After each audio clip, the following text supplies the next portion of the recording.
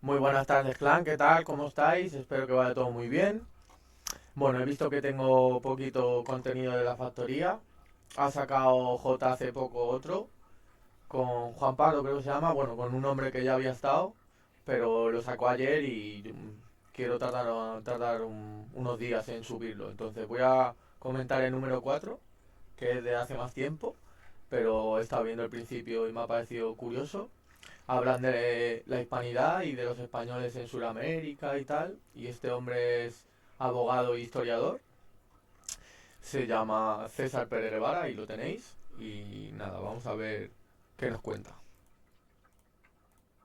Los que realizaron el descubrimiento de América fueron los españoles, porque la propia palabra descubrir quiere decir mostrar algo que se encontraba desde alguna perspectiva oculto. La llegada del hombre europeo al continente americano fue mucho más importante que la llegada del hombre a la luna. En los territorios a los cuales llegaron los españoles, procuraron aprender la lengua indígena para poder comunicar la palabra de Dios en ese idioma. Principios del siglo XVI, en el Imperio Español, todos los indígenas ya eran, por derecho, ciudadanos de la corona. Cuando su gran majestad, don Carlos I de España y V del Imperio Sacro Romano Germánico, detiene la conquista. Para hacer un debate filosófico. Claro, no, para ver si es moral. ¿De verdad piensas que a un anglosajón se le ocurrió la idea de decir, vamos a detenernos un momento para ver si los indígenas se sienten bien? Cogían las mantas, las ensuciaban, las infectaban con viruela y se las daban a los pueblos indígenas para que cayeran como moscas. Los anglosajones se dan cuenta de que no va a haber manera de rompernos por la fuerza, pero si nos ponemos a que se peleen entre ellos, solamente ellos podrán derrotarse. Fueron muy hábiles a la hora de reventar desde dentro el Imperio Español, porque fue la única manera en la que empezó la hegemonía. A partir del siglo XIX empieza la hegemonía británica. ¿Tú sabes con qué escribían las cartas? Con sangre de español en lugar de tinta.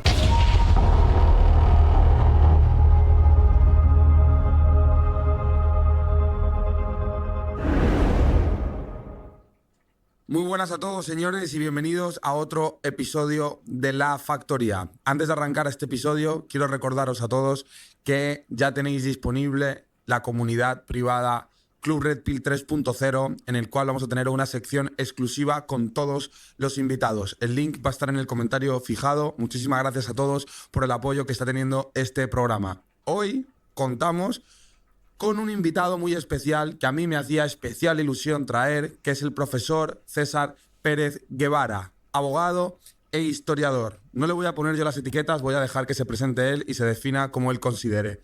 Muy buenas, doctor, ¿cómo está usted? Estimado Jota, ¿cómo estás? Saludos a ti, por supuesto, y a todas aquellas personas que tengan a bien ver este podcast, porque creo que vamos a hablar de cosas interesantes, ¿no? ¿Cómo me defino yo? Pues mira, yo creo que siempre he sido particularmente una persona que viene del ámbito académico, que ha pretendido averiguar exactamente cuál ha sido nuestro origen, poder de alguna manera determinar exactamente en qué estado estamos y sobre todo llevar adelante las palabras de uno de los grandes maestros del mundo hispano venezolano, llamado Cecilio Acosta, que decía esta maravillosa frase con la cual yo siempre suelo abrir preguntas o suelo abrir participaciones. Cuando alguien te pregunte a ti, querido Jota, ¿qué podemos hacer nosotros cuando estamos en un momento particularmente determinado y no sabemos hacia dónde poder avanzar? Pues hay una frase sencilla: enseñe usted lo que se entienda, enseñe usted lo bueno, enseñe usted lo útil, enseñe a todos y eso es todo. Y eso es lo que yo intento hacer todos los días. Vale, entonces, para que la audiencia se entere, eres una persona comprometida con la lucha en contra de la leyenda negra española, ¿cierto? Es decir, te consideras hispanista. Totalmente cierto, porque lo que ocurre precisamente es que no nos damos cuenta que existe una suerte de bulo, una suerte de mentira, una suerte de halo, de falsedad sobre la historia de todos los países hispanos, que nos lleva de alguna manera a odiarnos, a despreciarnos a nosotros y también a tener pugnas con nuestros hermanos, a permanecer separados y por tanto estamos a la cola del mundo, ¿no? De ahí que yo te puedo decir sencillamente algo que es una gran verdad. Querido J, hace poco más de 200 años, todos estos países que hoy en día están balcanizados, desperdigados, perdidos, dando vueltas sin ningún tipo de horizonte o de claridad, éramos exactamente el mismo país, un bloque potente. No éramos colonias, éramos partes integrantes todos de lo que era España, porque todos éramos españoles. Y eso precisamente es una verdad que a más de uno hace sudar, eso es una verdad que a más de uno pone nervioso y sobre todo particularmente podría decirte yo a unas élites que disfrutan muchísimo con el hecho de permanecernos en la ignorancia, en la ignominia, en la pobredumbre y que no podemos hacer absolutamente nada poderoso ni bueno por nosotros mismos. ¿Cuál crees que es la clave de esa división? Porque no es un tema que únicamente venga impuesto desde las élites, sobre todo anglosajonas, hablando en claro, Sí, viene impuesto. sino que también es un discurso que está muy integrado en la psique del hispano promedio. Yo he tenido problemas muy graves cuando digo, nosotros no somos latinos, somos hispanos. Y la gente me dice, tú como eres un blanquito, tú no puedes hablar de qué término utilizamos nosotros a la hora de referirnos a nosotros mismos. Y yo, para empezar, yo también soy vosotros. Y segundo, hispano es un término creo que muchísimo más acertado y arraigado en nuestra verdadera identidad. ¿Qué le dirías? ¿Cuál crees que es ese problema? Pues mira, yo creo que en cuanto al problema, el problema lo tengo yo, porque yo soy bastante negro. Entonces, al ser bastante negro, ¿no? El hecho de que yo me enfrente a este tipo de planteamientos reduccionistas, este tipo de planteamientos cerrados, hace que usualmente mis redes sociales se llenen no solamente de personas con muy buena intención, que me dicen cosas maravillosas. Todos los días recibo mensajes que realmente son bastante gratos, pero también se llenan de personas atacándome, insultándome, diciéndome, pero ¿por qué si tú eres negrito tú dices esta clase de cosas? ¡Qué barbaridad! Pero bueno, César, yo creo que eso también un poco es lo que todos. Tengas el discurso que tengas, tú en internet hay tanta gente que te ve, que tengas el discurso que tengas vas a tener haters, sí o sí. Da igual el discurso que tengas, da igual lo que digas, da igual lo que hagas, da igual. Siempre va a haber gente boba, estúpida, que te va a tirar hate. Que no tiene otro tiempo, o sea, que se desahoga contigo. En vez de desahogarse con su prima o con su madre o yo que sé, que se desahogue con quien la dé la gana, se desahoga contigo que no te conoce y se atreve. ¿Me entiendes a lo que me refiero? Si lo que te dicen de hate a ti por internet, amigo, eh, lo mismo luego en personas no tienen los ovarios o los huevos de decírtelo. Entonces te lo dicen por internet porque no tienen otro modo. Esas personas primero no tienen vida, porque ir tirando hate a los demás es no tener vida. Y segundo, no son buenas personas, porque es algo que no les gustaría que le hicieran a ellos. Entonces, yo es que como mi forma de pensar es no le hagas a nadie lo que no te gusta que te hagan, pues igual que a mí no me gusta que me tiren hate, pues a la gente no le gustará que le tiren hate y no lo hago.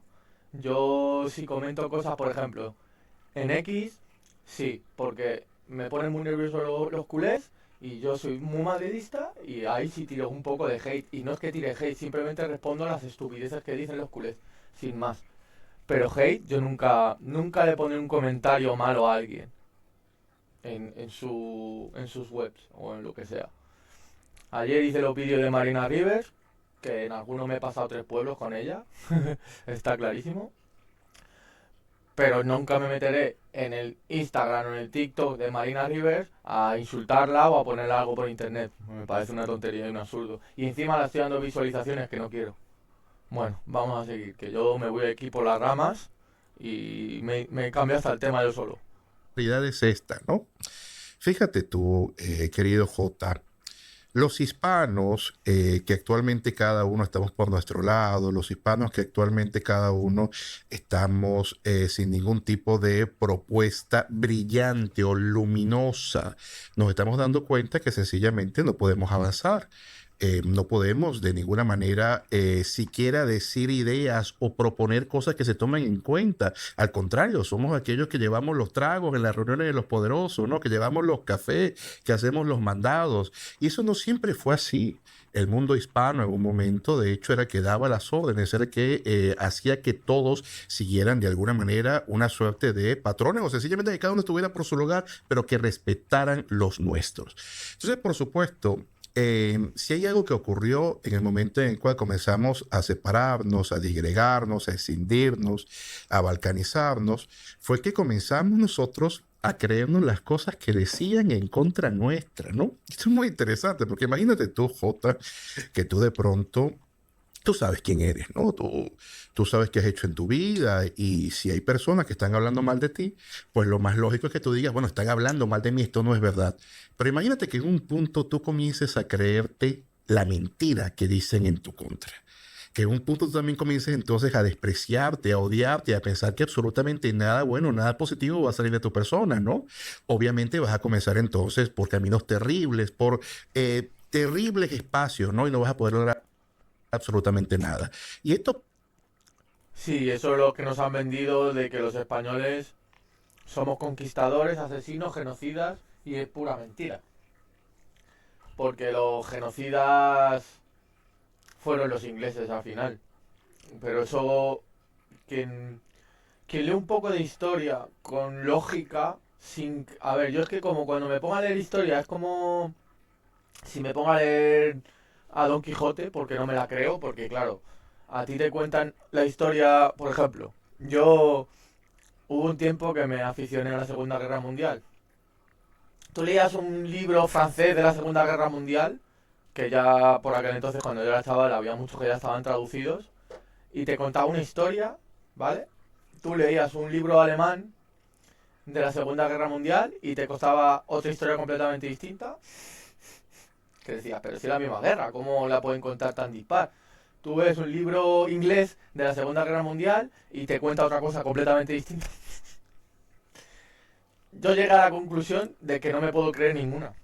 Todas están cegadas, cada uno tiene su interés. Entonces, a mí cuando yo quiero decir que algo es verdadero, pues intento informarme de todos los involucrados y luego sacar conclusiones yo mismo, pero aún así van a estar cegadas. Porque yo me voy a creer más a lo mejor al alemán que al español o me voy a creer más al inglés que al francés sin darme cuenta. Van a estar cegadas sí o sí. Entonces para mí la historia tienes que, cuando la leas, tienes que ver un poco que es ficción y sacar las cosas lógicas, lo que a ti te parezca lógico, de que lo que ocurrió y lo que no ocurrió. Y para mí, los españoles intentaron hacer algo malo, no les salió, porque no les salió, y se pusieron a hacer cosas buenas con la gente de allí, de Sudamérica. El problema es que luego llegaron los ingleses por culpa de Estados Unidos y adiós, muy buenas. Ahora no lo va a explicar él, por cierto, pero con mejores palabras que yo seguro. pasa en los países hispanos hoy en día. Primero España, país al cual amo profundamente, se le ha enseñado a que se desprecie. A los españoles se les ha convencido de que son solamente una suerte como especie de genocidas, como especie de hombres malvados, ignorantes, brutos, solamente haciendo cosas fútiles, sin ningún tipo de principio, como una especie de fundamentalistas religiosos ridículo, ¿no? Porque se ha ridiculizado la Bárbaros propia España. prácticamente. Claro, ¿no? Lo cual es totalmente absurdo porque España, durante al menos 3 siglos o incluso más, fue el país más avanzado del mundo. Y a los hispanoamericanos se les ha contado un cuento divertidísimo, ¿no? El cuento consiste Una en lo cosa, siguiente. profesor César, Ujú. cuéntame el cuento y luego, si puedes, hílalo con cuál es la verdad. Muy bien. Ah, ya, me pones tú en tamaño entuerto, porque me colocas tú para que yo en unos pocos minutos deba encauzar una mentira y unos bulos tan ampliamente difundidos que seguramente, E interiorizados. tal cual, ¿no? Autoaceptados, que más de uno que carezca de cesera, seguramente va a tomar. Pues, pues amigo, lo que estamos hablando, los que no te crean, pues te tirarán hate, amigo. Es que eso es inevitable. Los que te crean, pues vas a abrir muchos ojos, amigo. Eso es lo que con lo que te tienes que quedar.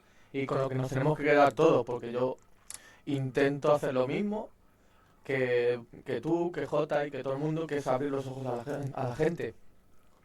Entonces, tío, quédate con eso. Con que abra los ojos a una persona, pienso que ya merece la pena las 2 horas que te tires aquí, amigo.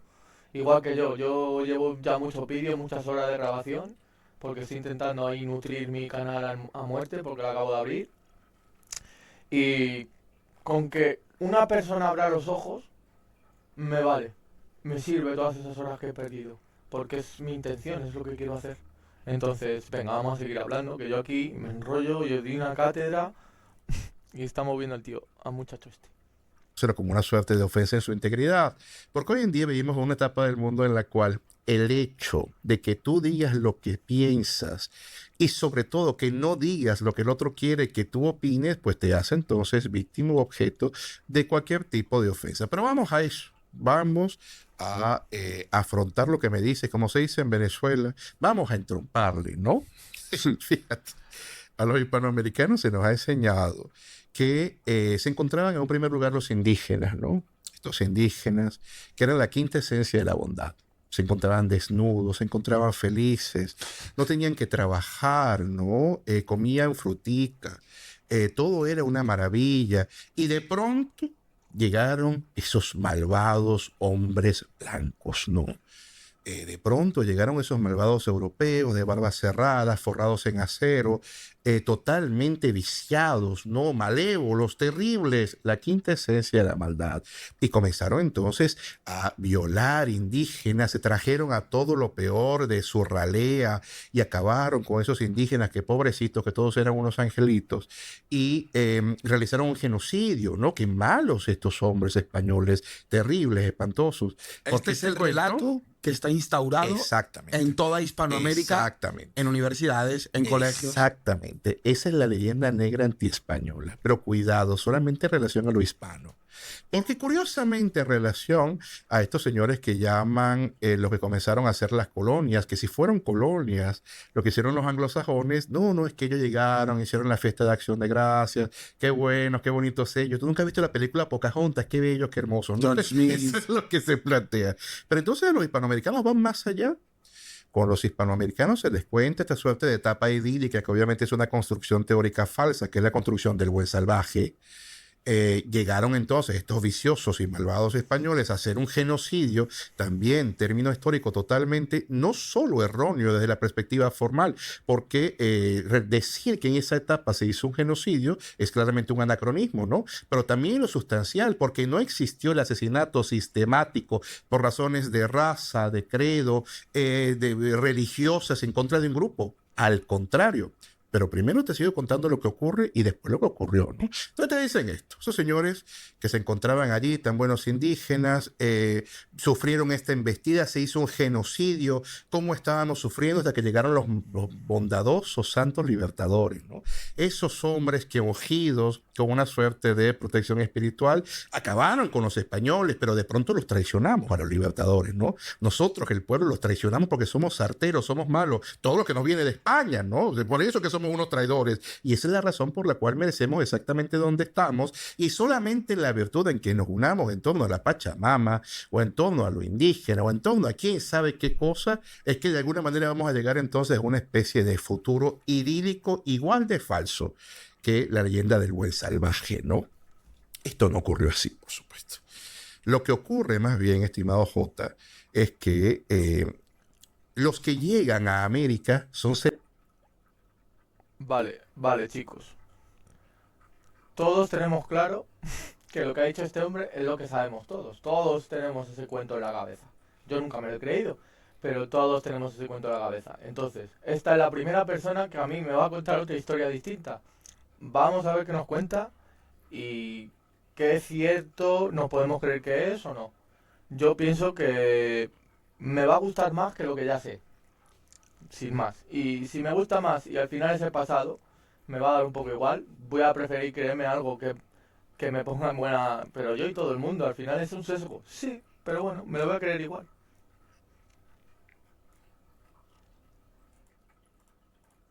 seres humanos. Cuidado. No llegan ni demonios ni llegan ángeles, llegan seres humanos. Pero llegan seres humanos enviados por la corona católica, ¿no?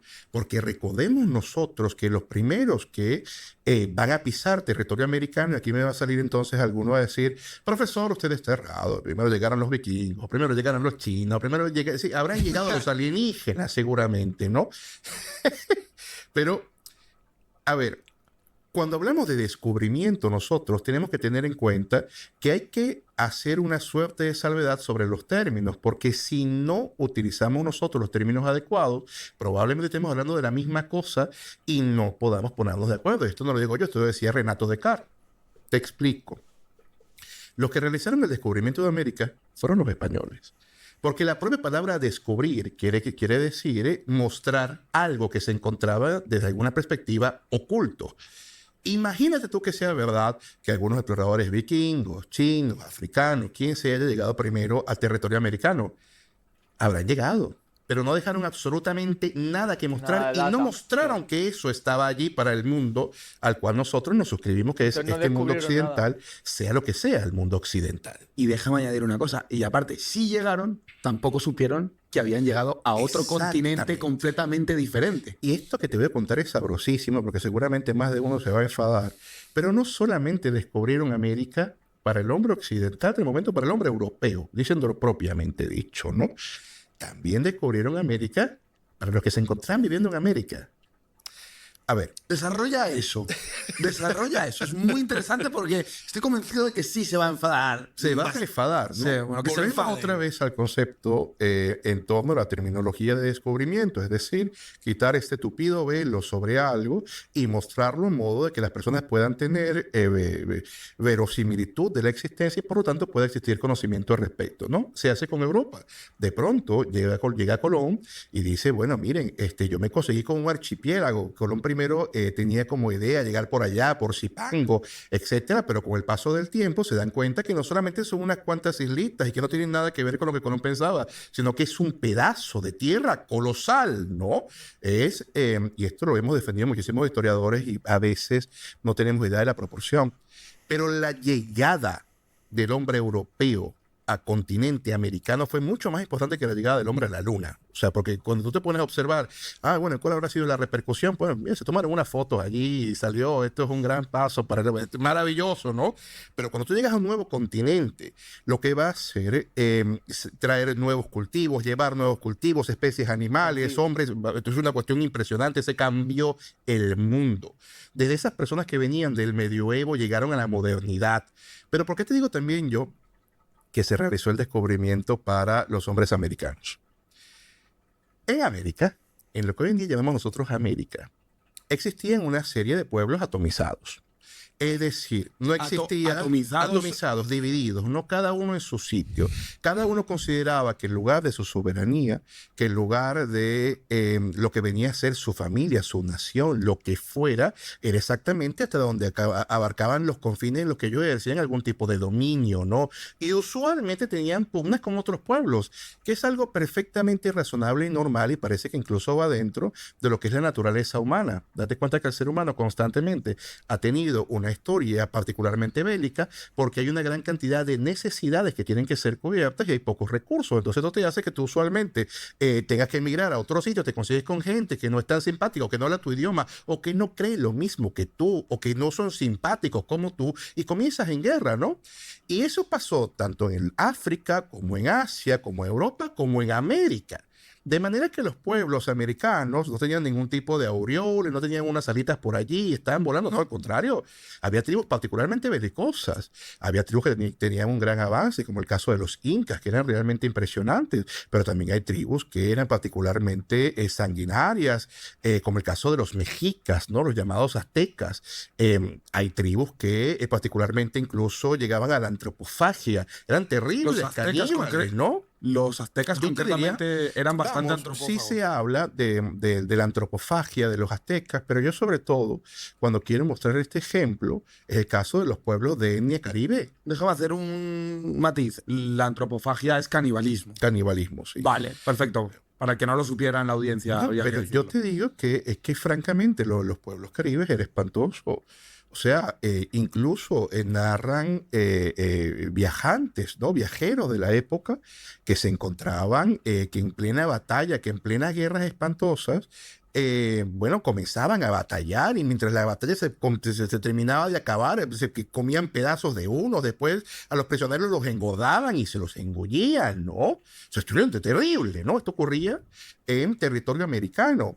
De manera que no es verdad en lo absoluto que allí se encontraban una serie de pueblos indígenas que eran unos santos y que pobrecitos. De manera que tampoco es verdad eso de que todos eran una suerte de inadaptados sociales, caníbales terribles. No, mire, te digo, había pueblos que tenían un grado de avance importante. No solamente te he hablado de los incas, también por supuesto el caso de los caquetíos, eran pueblos que tenían un tipo de avance importante. Pero lo que va a ocurrir realmente es que estos pueblos solamente tenían conocimiento de los territorios en los cuales ellos se encontraban.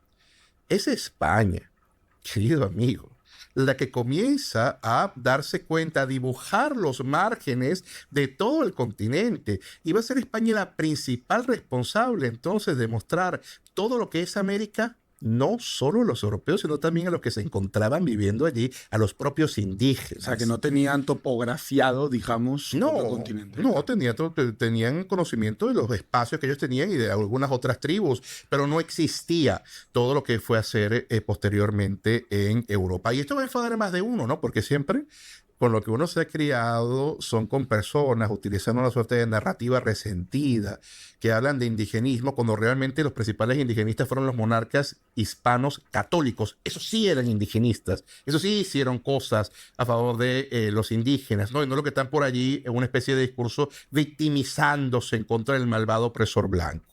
Entonces, yo te digo que es particularmente impresionante cuando uno observa lo que estaba ocurriendo allí y cómo cuando tú llegabas en esa etapa, te estoy hablando yo, por supuesto que el momento en el que ya estás saliendo de la Edad Media, estás en la modernidad, lo normal, lo razonable, y estaba de hecho fundamentado plenamente por Aristóteles en el libro La Política, era que cuando tú llegabas a un territorio por razones de guerra, tú podías establecer esclavos.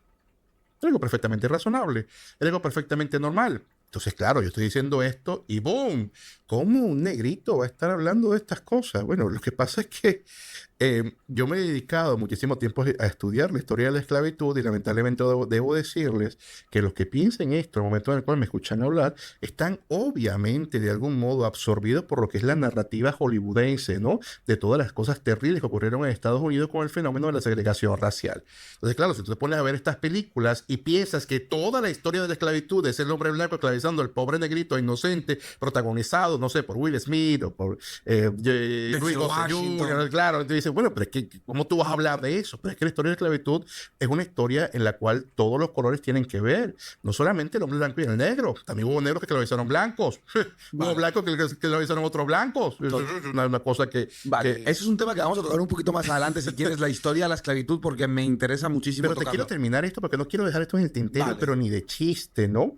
Porque es que cuando era perfectamente legítimo, querido J, que tú pudieras llegar a nuevos territorios y esclavizar a aquellos de los que te consiguieras, pues llegó Cristóbal Colón, que era un hombre que había realizado un emprendimiento. Su emprendimiento era poder conseguir unos territorios, quería comerciar particularmente con el Oriente, ¿no?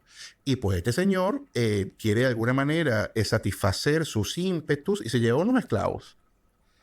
Isabel la Católica, su majestad, la madre de la hispanidad y el personaje más importante de la historia, para mí, entender, por supuesto, le dice, ¿y a usted a usted quién le mandó a que usted esclavizara a mis hijos? ¿No? O sea, yo prefiero 1000 veces salvar almas a que usted pueda lucrarse con estos esclavos. Es decir, su majestad Isabel la Católica vulneró el derecho anterior, diciendo que estos señores se encontraban viviendo en esa situación sin creer en el Dios en el cual creemos nosotros, y por lo tanto hay que ayudarlos más bien. Y esa es la razón por la cual tú vas a observar que se va a realizar lo que va a ser el asentamiento, porque de hecho la palabra conquista se eliminó de las leyes, porque se consideraba una palabra lacerante y no tenía nada que ver con lo que había ocurrido. Y va a comenzar entonces el proceso en el cual no solamente va a ir el hombre con su casco, ¿no? Va a ir con su espada, sino también los sacerdotes. Y van a comenzar un proceso en el cual se va a integrar a los indígenas al mundo hispano, y esto no es nuevo. Durante milenios en el mundo hispano se han integrado diferentes culturas y eso no fue la excepción. Luego, para los equivocados que piensan que estamos hablando de una historia de supremacismo blanco, no tienen ni idea. Aquel que quiere aprender acerca del hispanismo, que quiera ser hispano y pretenda que esto es una especie de supremacismo blanco, está errado. en la historia de la hispanidad hay todos los colores y nunca fue algo relevante la raza. Ahora, lamentablemente, vemos unos cuantos equivocados que no tienen ni idea a qué se refieren. Disculpa que te he interrumpido, que me ibas a hacer una pregunta. Yo, mira, has tocado este tema y me interesa muchísimo. Yo tengo un grave problema con personas que... ¿Tus hemorroides no te dejan pensar en otra cosa? Visita nuestra web proctolog.es.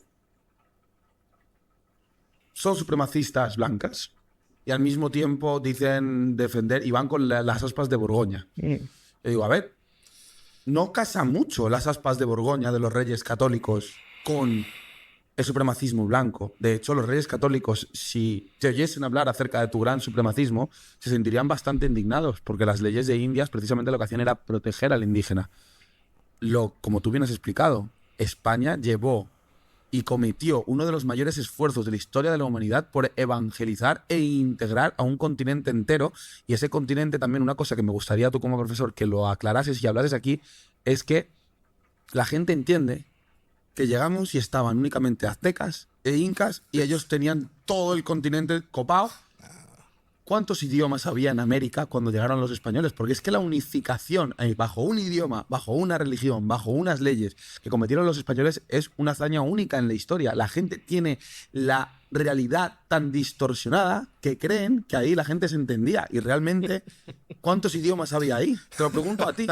Es que se calcula... Bueno, dilo tú. Fíjate que voy a contar un chiste malísimo, ¿no? Como de alguna manera para relajar la tensión, pero Tú fíjate lo que nos han dicho, tú fíjate el relato. El relato nos dice que allí hablaban todos la misma idioma, ¿vale? Por eso nos dicen genocidas. Y que nosotros les impusimos nuestro idioma, nuestra religión y nuestro todo. Bueno, pues ese relato que tenemos todos, ¿no? Pues os lo van a partir en 18 trozos este muchacho ahora mismo con lo que os va a contar. Yo tenía ya idea de esto, porque los incas y los mayas no hablaban el mismo idioma. Y solo son dos que nos han dicho, a saber los que había, claro, a saber. Que es muy grande. Hispanoamérica es muy grande. Acabas de traer a recuerdo una cuestión que me preguntaba mi hija. Yo tengo una hija pequeña.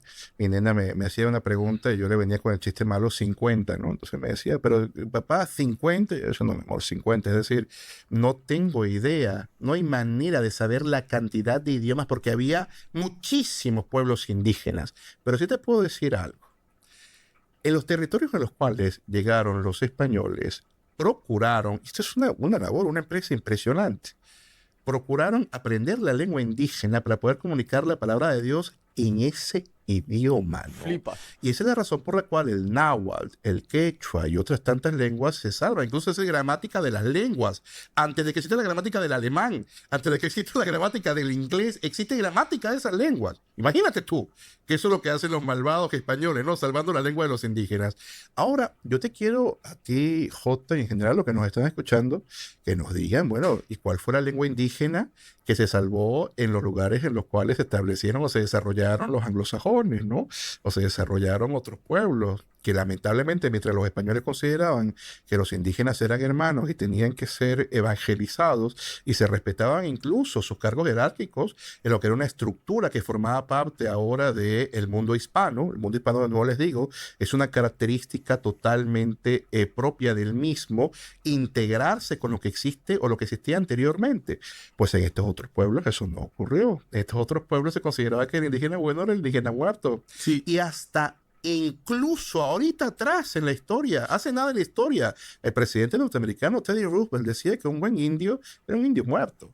Y no pasa nada, ¿no? O sea, Y cuando ellos lo glorifica la hagan, conquista al oeste. claro. Hablando de esto, a principios del siglo XVI, en el Imperio Español, todos los indígenas ya eran, por derecho, ciudadanos de la corona, ¿cierto? Eran, claro, te digo aquí. Perdona por interrumpirle, profesor. Y creo, si mal no recuerdo, haciendo una comparativa con los que han ganado el relato, que luego hablaremos de eso, creo que hasta 1924 los indios en América del Norte no eran considerados ciudadanos norteamericanos. Pero es que esto te digo, esto es algo espantoso para nosotros que estamos conversando porque somos hispanos. Porque si yo... Flipas con los ingleses. Yo sabía que habían sido malos, pero flipa con los ingleses. Si te das cuenta, hay muchos sitios de Perú, de muchos sitios de Hispanoamérica que, que siguen hablando su idioma de antiguo. Sin embargo, tú dime en Estados Unidos, dime qué idioma antiguo se habla. Creo que ninguno.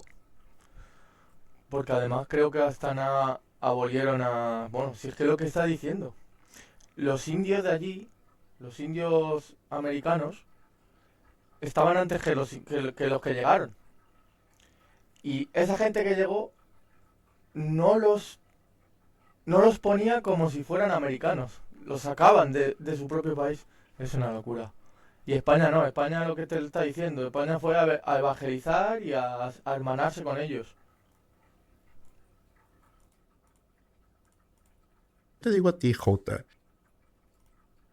que de las personas que se encuentran en una población, algunos no van a ser considerados como ciudadanos, como individuos, conformantes del todo por el mero hecho de su tono, su tez de piel. Seguramente a ti eso te parece algo espantoso. Me lo A parece. mí también, obviamente, ¿no?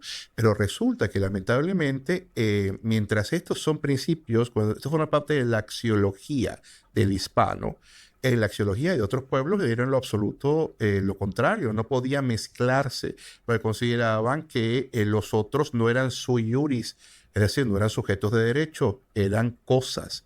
Como eran cosas, estaban mucho más cerca de los semovientes. Un perro es un semoviente, Los un caballo animales. es un semoviente, ¿no?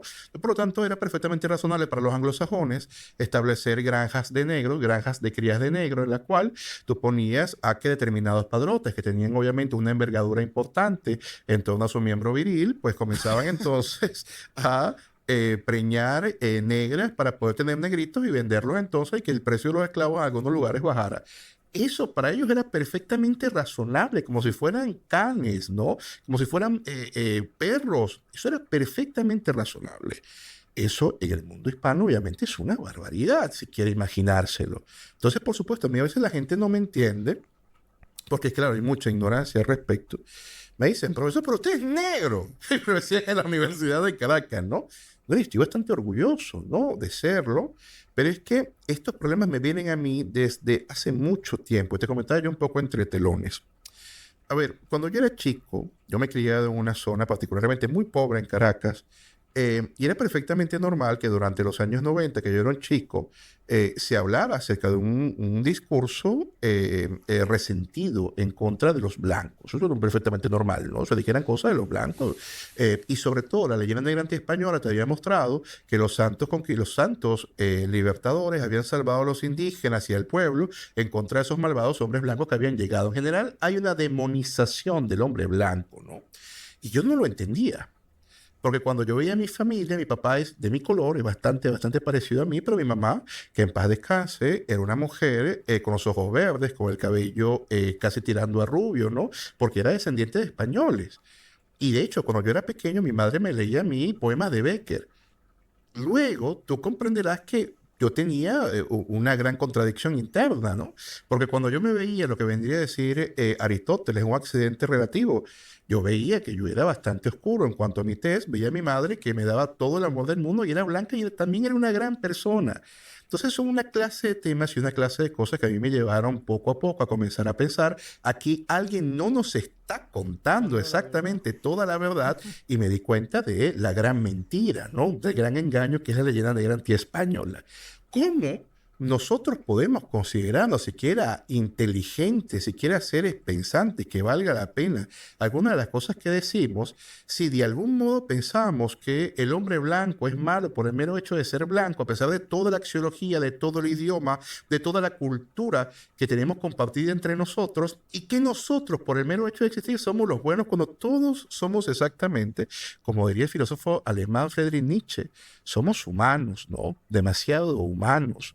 Y esto, por supuesto, que nos lleva a nosotros a tener una gran cantidad de problemas, porque entonces en lo que es esta etapa de la humanidad, en la cual el conocimiento te lo plantean así, nunca el ser humano pensó, pero para nada, que iba a existir la posibilidad de que de pronto pasara una noticia y te estuvieras enterando al momento. Esto no era algo que el ser humano pudiera siquiera imaginar, ¿no? Pues entonces, en esta sociedad en la cual ni siquiera hay tiempo para digerir cosas, siempre quieren que tú tomes de alguna manera una postura. Que tomes una posición a favor o en contra, odiando a alguien o estando a favor de alguien, ¿no?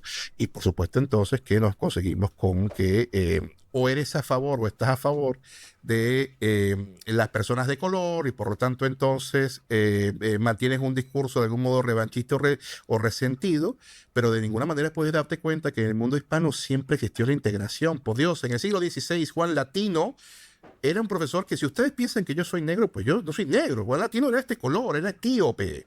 Y Juan Latino fue el primer catedrático de gramática en universidad alguna en Europa, africano, en España. Y no es que fuera un profesor de que decían qué bonito el negrito, mira qué simpático el negrito, mira cómo dar clase. No, no, no, no, no, no. Don Felipe II, uno de los seres humanos más impresionantes y uno de los reyes más portentosos en la historia de la humanidad, mandó a que en su cuadro de hombres ilustres les colocaran también un retrato de don Juan Latino, ¿no?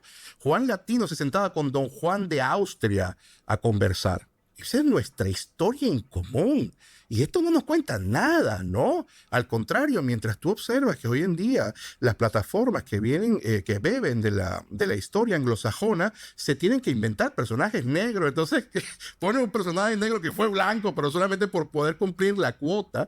A nosotros no nos hace falta inventar nada, porque nunca existió esa separación que lamentablemente nos quieren imponer. Increíble, de verdad. Ojalá esto llegue a muchas personas porque me parece un discurso muchísimo más acercado a la realidad, pero no acercado a la realidad del mundo que predomina a día de hoy, que es el mundo anglosajón. Hablando de la comparativa de la conquista o colonización anglosajona versus el imperio español, ¿hasta qué punto crees que influyó que ellos fueran protestantes y que los españoles fueran como católicos? ¿Crees que esa diferenciación en cuanto a la manera de percibir el cristianismo fue determinante a la hora de dar un trato de dignidad a los nativoamericanos? Mira, yo te digo que antes de responder esta pregunta, yo voy a señalar algo que forma parte de mis principios. Yo respeto profundamente la religión de cada quien. Usted puede creer en lo que usted desee e incluso puede elegir no creer en nada, ¿no? Yo lo que voy a hacer ahora es un señalamiento netamente histórico. ¿Ok? Forma parte, por supuesto, de un planteamiento que yo realizo conforme a los escrúpulos y el rigor histórico más alto, pero es necesario, ¿no?, hacer este señalamiento primero, porque entonces te pueden decir, pero es que este hombre odia. Yo no odio a nadie, ¿no? Yo lo que estoy es orgulloso de ser hispano. A ver, dentro de la axiología católica se encuentra la propia integración del hombre y es totalmente excluyente la explotación del hombre por el hombre. Los planteamientos que vienen desde el protestantismo, este protestantismo que inicia peleándose en contra de otro de los grandiosos soberanos del mundo, don Carlos I de España y V del Sacro Imperio Romano Germánico, ¿no?, que debe enfrentarse a las tesis luteranas y en general a todo lo que viene después, ¿no? Ese planteamiento en lo absoluto comparte estos principios, esta dignidad que se le da al hombre y en general ellos consideran que el trabajo de alguna manera o la producción y el lucro son una serie de valores que se encuentran allí cuando siempre para el catolicismo lo que se encontraba en el centro era el hombre, la dignidad humana. Y eso es lo que tú vas a comprender, estimado J, cuando te das cuenta que lo que realmente desarrolla todo lo que viene a ser la conquista, que te digo, la conquista, yo te diría el asentamiento, el desarrollo, la expansión hispana en territorio americano, que es mucho más feliz.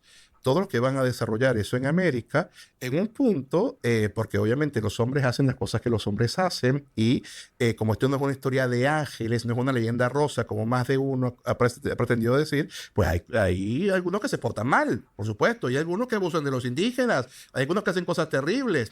Pero es que en la época había un instrumento que se llama juicio de residencia. Imagínate tú que a un funcionario público de pronto hoy en día le dijera, bueno, usted ya que terminó su trabajo, vamos entonces a revisar lo que usted hizo. Que se portó mal, bueno, lo matamos. Que se portó mal, pues lo mandamos preso. Sería interesantísimo hacer eso en la política hoy en día, ¿no? Me encantaría. Como esa gente. Profesor César, me acaba de dar la peor idea. Se lo digo a todos los aspirantes a políticos y políticos que conozco, tomad nota de lo que acaba de decir. Los juicios de Recuperemos presidencia, las ¿no? buenas costumbres. Pero esa gente que era mucho más seria que nosotros y mucho Totalmente. más sensata, ¿no?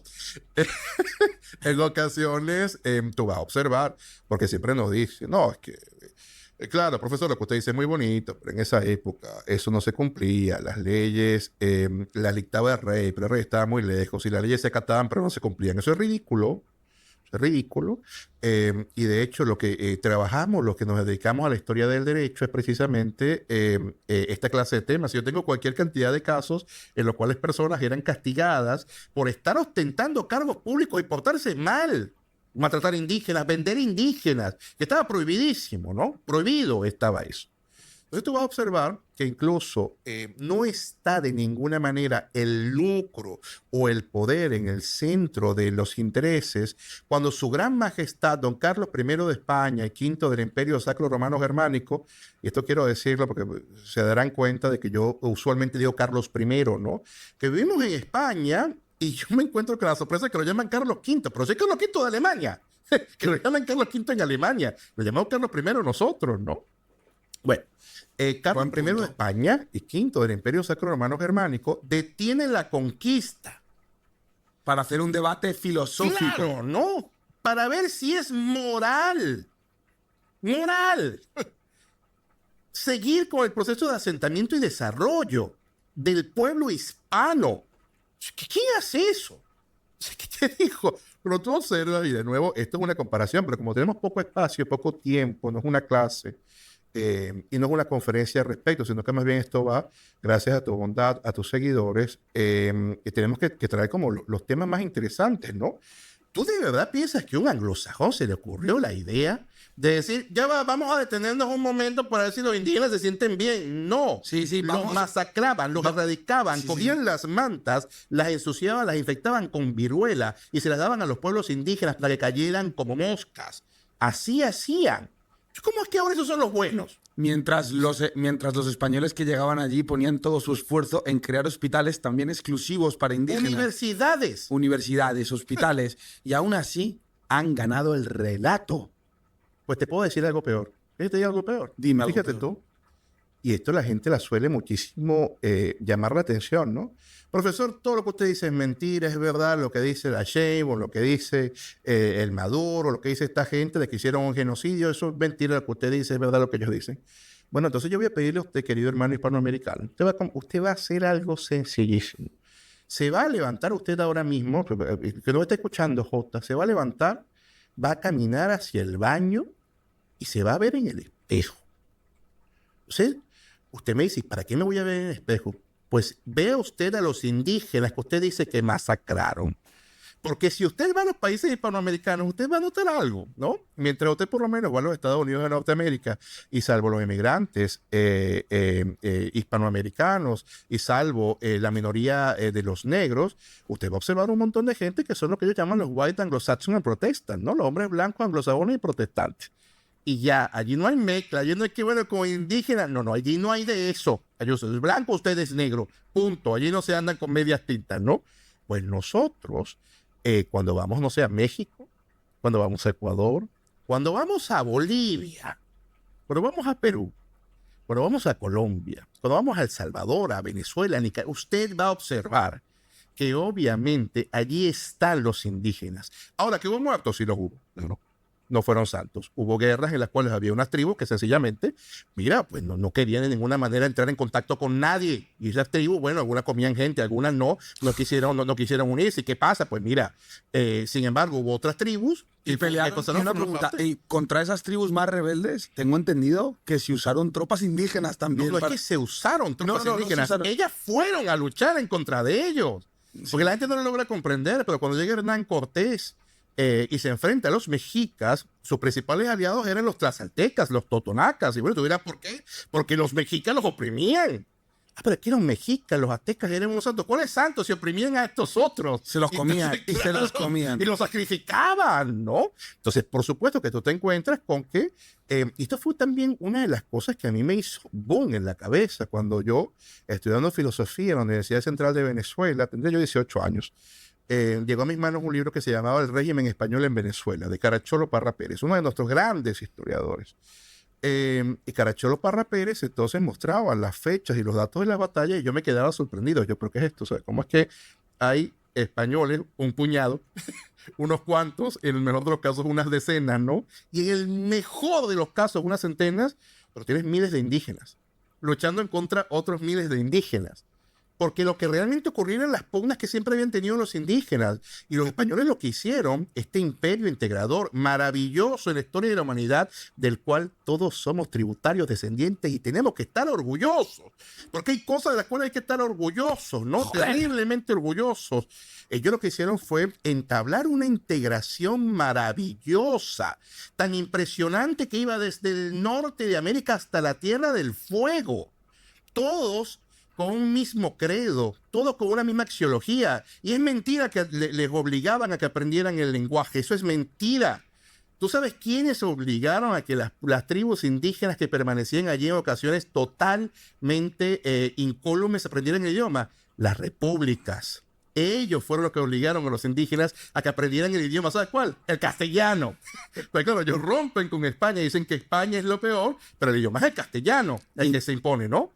Y les quitan las tierras que algunos de ellos tenían porque venían incluso desde, concesiones graciosas que habían dado los soberanos hispanos. Y se les quitan las tierras porque ahora todos somos republicanos y ahora todos somos iguales ante la ley. Pero los que mantenemos un grupito, los que mantenemos el gobierno, tenemos más tierras que las demás. Esa es historia, querido Jota. Eso es historia de verdad, aunque les moleste. Para antes de cerrar el tema hispanidad, te quería hacer una pregunta. ¿Cómo ves que se pueda recuperar la verdad, el relato, volver a ganarlo? Aparte de hacer cosas como esta, conferencias que tú haces, promover libros como los del doctor Marcelo Gullo, promover a todos los hispanistas, María Roca Elvira y muchísimos otros más, aquí al profesor César Pérez Guevara. ¿Qué más podemos hacer para no recuperar el imperio, pero sí para recuperar los lazos, para que nos volvamos a ver todos como lo que somos? Hermanos. Qué buena pregunta. Te digo que a mí usualmente me invitan a entrevistas en podcast. A veces las personas me hacen preguntas en las conferencias, en los canales incluso de televisión, ¿no? Y no hay preguntas en ocasiones que sean tan buenas como estas. Son preguntas importantísimas. Voy a volver con las palabras que yo decía al inicio, ¿no? Citando al gran maestro Cecilia Costa. Pues la respuesta, querido amigo, como decía él en ese ensayo increíble, en Cosas Sabidas y por Saberse, es enseña usted lo que se entienda, enseña usted lo bueno, enseña usted lo útil, enseña usted a todos y eso es todo. Tú no tienes idea, Jota, de lo que estás haciendo tú ahora. ¿Tienes idea? Tú, por supuesto, propio de lo que viene a ser tu propia naturaleza, ¿no? Quieres desarrollar y hablar de estos contenidos porque forma parte de ti. Pero tú estás llevando estos contenidos a una cantidad de personas de todos los colores, de todos los credos, de todas las edades. Y esas personas son las que hay que buscar. Tú no tienes que buscar a los que ya están convencidos. Pues si no, vamos a terminar siendo entonces un grupo de amigos, profesores, diciendo, bueno, mira, nos ha engañado, terrible, ¿no? A veces me siento así con el tema de la hispanidad, como somos un grupo reducido de personas autoconvencidos de la verdad y rodeados de personas que se niegan a verla y nosotros nos pegamos palmaditas en la espalda diciendo, pero cada vez ¿qué razón tenemos? Pero cada vez somos más. Mira, yo desde que he llegado a España hace poco más de 2 años, y esto quiero decirlo, Jota, si me lo permites. Esta es tu plataforma en este momento. Porque algún díscolo, ¿no? Seguramente dirá, pues este profesor obviamente está allí porque quiere obtener papeles españoles. Quiere que le den la nacionalidad. ¿Te dicen eso? Me comentan Oye, tonterías. Mira, que me estoy dando cuenta que estoy cometiendo un fallo. Te estoy tuteando y al mismo tiempo tratando No, como tú quieras, no pasa nada. No pasa nada, no. Me dicen eso. Señores, yo tengo nacionalidad española, tengo nacionalidad venezolana y estoy profundamente orgulloso de ambas nacionalidades, pero sobre todo estoy orgulloso del pueblo hispano. Porque el pueblo hispano alguna vez no tuvo esos territorios, no tuvo esas separaciones que tenemos lamentablemente hoy en día, ¿no? Y fuimos una gran potencia. Entonces, yo lo que estoy diciendo es por mero y total convencimiento. No, que es que en Venezuela, yo en Venezuela fui la primera persona, cuidado, complicado, en Venezuela, proyectar el documental España en la primera globalización, y lo hice con la Embajada de España. Y lo hice con una cantidad de personas que se encontraban allí. Yo en Venezuela hacía que las personas pasearan conmigo a lo largo de lo que era Caracas y les mostraba dónde había sido fundada Caracas y cosas que seguramente no se comentan nunca. Pero resulta, querido J, que un señor llamado don Alonso Andrea de Ledesma fue uno de los fundadores de la ciudad de Santiago de León de Caracas. Y resulta que este hombre ya había envejecido un poco, quizás ya no estaba muy bien de la cesera, y en un punto llegan terribles piratas británicos comandados por el sanguinario Amyas Preston. Y bueno, los piratas británicos van a atacar a la ciudad de Santiago de León de Caracas pasando por La Guaira, pasando por el Camino Real, que hoy en día lo llamamos Camino de los Españoles allá. Y entonces sale García González de Silva y otros grandes héroes a luchar en contra ellos por el Camino Real, pero estos cogen a unos indígenas, los apresan, los secuestran y hacen que les muestren una trocha para pasar a la ciudad sin encontrarse con los que van a luchar en contra de ellos. Cuando llegan a la ciudad se encuentran a puros ancianos, puras mujeres y puros niños. Y Alonso Andrea de Ledesma, que ya era un anciano, coge un yelmo en mal estado, coge unas armaduras vetustas que ya no se encontraban en la mejor condición, se monta en un caballo en muy mal estado y va a hacerle frente. Entonces, claro, esto pasa en el siglo XVI y los piratas británicos se desternillan de risa. Pero cuando se dan cuenta que les está atacando de verdad, le terminan dando muerte a este valeroso hombre. Y entonces, este hombre, incluso los piratas le dan una suerte de entierro de honor. Es lo que tú crees que te estoy diciendo. En ese momento todos éramos España y ese cuento se hizo bastante popular. Y con el paso de los años... Es un cuento, esto pasó de verdad. Esto pasó. Y con el paso de los años, ese hombre llamado el Manco de Lepanto, don Miguel de Cervantes Saavedra, publicó una novela llamada Don Quijote de la Mancha, en el cual un anciano llamado don Alonso se enfrentaba, en virtud de lo que era, ¿no?, su propia valentía en contra de aquello que podía ser bastante complicado solo por los grandes valores del espíritu hispano. Entonces, lo que estoy diciendo, por supuesto que sí, estoy perfectamente responsable de mis palabras. Yo soy de los que creen que la historia de Don Quijote de la Mancha es la mejor obra escrita en la humanidad. También le creímos los hispanos, Don Quijote, ¿no? O sea, Lord Byron y Shakespeare y Oscar Wilde, por le respeto profundamente, y a Tolstoy y a Dostoyevsky, les respeto profundamente también, pero lo mejor que se ha escrito en la historia de la humanidad es el Quijote. Y los españoles, en general los hispanos, cada vez menos leemos al Quijote, ¿no? Que cada una de esos planteamientos tiene una lección para nosotros. Y yo soy de lo que creo que efectivamente el Quijote, la idea del Quijote, tiene mucho que ver también con este don Alonso Andrea de Ledesma. Yo a la gente le llevaba, ¿no?, a conocer la casa de don Alonso Andrea de Ledesma en Caracas antes de irme. Luego yo siempre he hablado en torno a la hispanidad. Pero lamentablemente, decir la verdad, querido amigo, decir las cosas en las que creen, con pasión, con tesón, no a todo el mundo le gusta, ¿no? Y esa es la razón por la cual en ocasiones, pues lamentablemente tenemos que salir de algunos lugares y hacer... Pero amigo, a quien no le va a gustar es al que tu relato le ofenda o tu relato le perjudique económicamente o le perjudique de algún modo, ya está. Esos son los que no van a estar de acuerdo. Los demás, yo creo que sí. Yo creo que sí, amigo. Yo ya estoy de acuerdo con lo que estás contando, porque yo de momento ya no me creía la otra historia y me creo más la que tú estás contando, claramente. Vida en otros. Bueno, pues la verdad que increíble sección de hispanidad con el profesor César Guevara. Ahora... Claro, yo es que he leído bastantes libros sobre los españoles, sobre la cultura hispana, y el único genocidio que ahora me estoy enterando de que es mentira, que se le atribuye a la hispanidad es ese. Si tú miras toda la historia de la hispanidad, no hay genocidios.